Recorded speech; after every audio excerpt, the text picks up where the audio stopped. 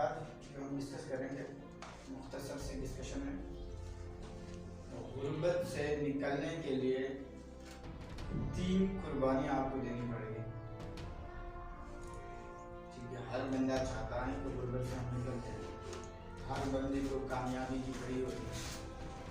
और कामयाबी को हम आजकल समझते क्या है कि जिनके पास दौलत है तो वो कामयाबी, ऐसा है ना, तो चोरे कामयाबी। आजकल की हमारी नज़रों में कुरान हदीस में जो है वो अलग है, ठीक है, लेकिन मेरे और आपकी नज़र में कामयाबी किसको समझते, जिनके पास दौलत है तो वो कामयाब समझते हैं उस इंसान को।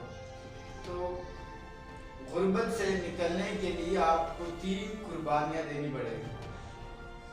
वो 3 कुर्बानियाँ कौन सी है? पहली कुर्बानी ये है कि इल्म को ताकत बना दो। पहला कुर्बान क्या है? इल्म को ताकत बना दो।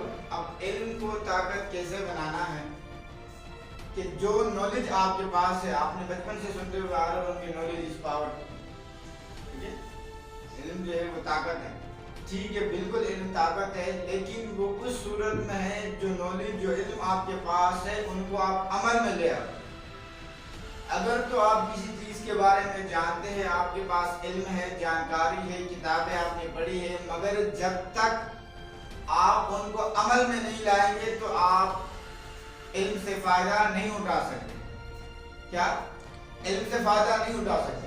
मिसाल के तौर पर आप तैराकी के बारे में जानना चाहते हैं या आप जानते हैं तैरना पानी में, आप यूट्यूब में सर्च कर लो, आप किताबें पढ़ लो, आप कहीं पर भी सर्च कर लो, बेशुमार टिप्स आपको मिल जाएंगे।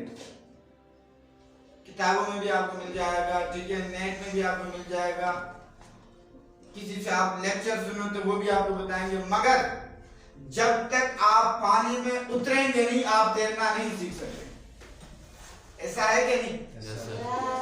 या तो अगर आप कहते हो कि तैराकी के बारे में सिर्फ किताब में पढ़ लूं तो मुझे तैराकी आ जाए, तो ये नामुमकिन बात है। किताबों में भी पढ़ो, ठीक है, आपने इल्म सीख लिया, सुन लिया, मगर उसके बाद आपने क्या करना है कि उस इल्म को अमल में लाना है। और अमल में कैसे लाना है कि जब तक आप पानी में उतरेंगे नहीं तो अमल में नहीं आएगा वो। इसी तरह कोई भी इल्म आपके पास है, उनको जब तक आप अमल में नहीं लाएंगे, प्रैक्टिकल लाभ में नहीं लेकर आएंगे तो आप इल्म से फायदा नहीं उठा सकेंगे।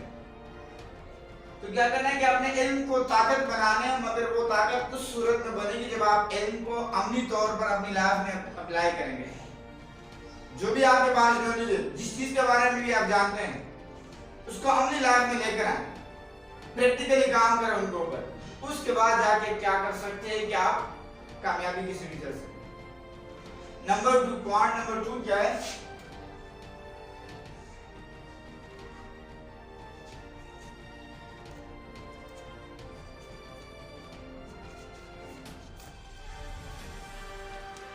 नाकामी को कामयाबी की सीढ़ी बना लो।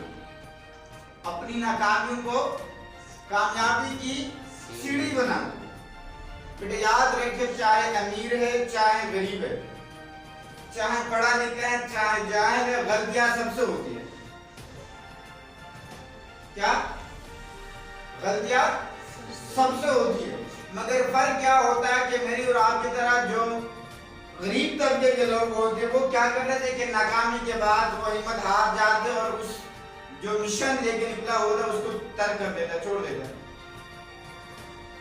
मेरी और आपकी तरह सोच रखने वाले लोग क्या कर लेते? नाकामी के बाद अपने मिशन से हट जाते, वो हिम्मत हार जाते हैं।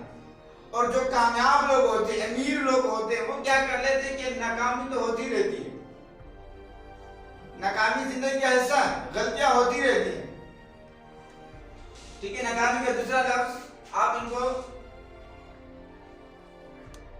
गलतियां, ठीक है, अपनी गलतियों को कामयाबी का जीना बना दो। लेकिन मैं और आप क्या करते हैं कि कई बार हमसे गलती हो गई, गलती के नतीजा क्या निकलता है? नाकामी। नाकाम हो गए, उसके बाद हमने हिम्मत हार दी, ये तो नहीं होगा हमसे। तो भाई क्यों नहीं होगा? नाकामी तो कामयाबी की तरफ आपको लेके जाती है, गलती तो आपकी कामयाबी की तरफ लेके जाती है। आप गलती नहीं करेंगे तो सीखेंगे कैसे? याद रखे बेटा, गलती करने वाला इंसान जो होता है वो कामयाब इंसान होता है। क्योंकि गलती उससे होती है कि जब वो कोशिश करता है। एक वेला इंसान है, बेमकसद बेकार इंसान है, वो कोशिश ही नहीं करता तो गलती होगी उनसे। गलती उनसे होती है जो कुछ करना चाहता है लाइफ में, जे तो जहर करता है वो, उनसे गलती भी होगी। गलती होगी कोई बात नहीं, नाकामी का सामना करना पड़ा कोई बात नहीं। नाकामी को कामयाबी के जीना बना दो, सीढ़ी बना दो, उस पर चढ़ो आगे कामयाबी की तरफ। और यही फर्क होता है अमीर और गरीब में।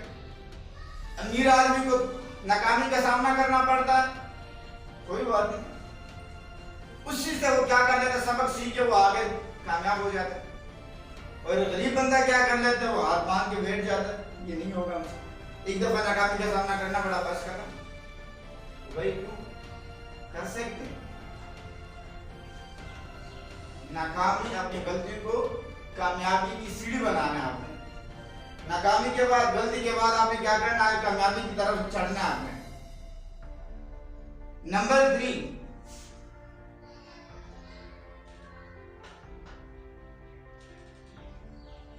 सोच बड़ी रखो। क्या? अपनी सोच ऊंची रखो।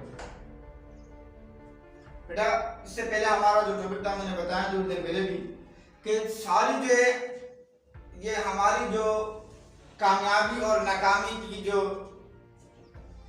चेन है वो शुरू होती है हमारी सोच से। और अल्लाह ताला का भी फैसला है कि बंदा मुझसे जैसे गुमान रखता है, जैसे वो सोचता है उनकी जिंदगी वैसी होती है, मैं उन्हें वैसे अता करता हूं। अब हमारी सोच क्या है कि हमारी सोच महदूद है।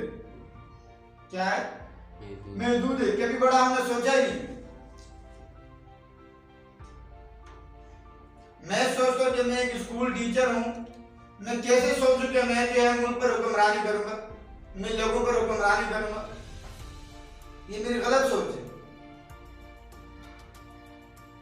आप सोचे कि मैं एक स्टूडेंट हूं, तालिब इल्म हूं, ये कैसे होगा कि मैं मुल्क का वज़ीर आज़म रहूंगा? गलत सोचिए।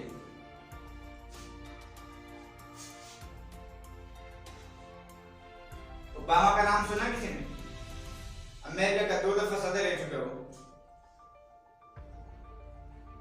क्लास में खड़े होकर, स्कूल टीचर था वो, कौन सी सन की बात है याद नहीं आ रहा, स्कूल टीचर है वो, बच्चों को समझा रहा होता है कि लाइफ में ड्रीम होना चाहिए, उनका ख्वाब देखो। इतने में एक बच्चा कहता है कि सर आप क्या बनेंगे आगे लाइफ में? बच्चों को कह रहे होते कि अपनी सोच ऊंची रखो, लाइफ में ड्रीम होना चाहिए। एक बच्चा सवाल करता है सर आप क्या बनेंगे? वो कहता मैं अमेरिका का सदर बनना चाहता हूँ। बच्चों ने केका लगाया, हंसने लगे। हमारे सामने खड़े टीचर जो अमेरिका का सदर बनना चाहते हैं, और लोगों ने देखा कि वही ओबामा 2 दफा अमेरिका का सदर हो गया। इसमें क्या सोच है? आप ऊंचा सोचें। आप ऊंचा सोचेंगे तो आपके अंदर एक्टिविटी पैदा होगी, आपके अंदर जज्बा पैदा होगा। अब हमने जब कुछ सोचा ही नहीं है, हमारी सोच ही महदूद है, तो हम बड़ा कैसे करें? कैसे हम कामयाब बने? तो ये 3 खूबी आज के दिन में आपने क्या करना है, अपने अंदर इनको लेकर आना है, क्वालिटीज, इल्म को ताकत बनाना है। जो भी आप सीखते हैं, जो भी आपके पास नॉलेज है, अमली तौर पर उनको अप्लाई करें। नंबर 2, नाकामी या गलती को कामयाबी की सीढ़ी बना दो। गलती हो गई, नाकाम हो गए कहीं पर, किसी फील्ड, किसी मिशन में, हिम्मत नहीं आती, बल्कि मजीद हौसले और जज्बे के साथ, मुस्कुराते हुए चेहरे के साथ आपने आगे बढ़ना है। और नंबर 3, सोच बड़ी रखो। छोटे छोटे मसले मसाइल में नहीं उलझो, अपनी परवाज ऊंची रखो। अगर परवाज ऊंची नहीं है तो आसपास की दीवारों से आप टकराएंगे। आसपास की दीवारों से मुराद आपके आसपास के लोग, दीवारें नहीं है। आपके आसपास के जो लोग हैं वो आपके लिए दीवार हैं, वो आपके राह में रुकावटें करेंगे, वो आप पर तनकीद करेंगे, वो आपको बोलेंगे आप नहीं कर सकते। तो फिर अगर आपकी सोच छोटी है तो आप उनकी बातों में आ जाएंगे, भूल जाएंगे। लेकिन अगर आपकी परवाह ऊंची तो आपको असर नहीं होगा। बोलने वाले बोलते रहेंगे, वेले लोगों का काम है तनकीद करना, हम आगे लाइफ में बढ़ कर जाएंगे। तो यही आज का टॉपिक था, आपने इनको अपने अंदर ये क्वालिटीज लेकर आनी।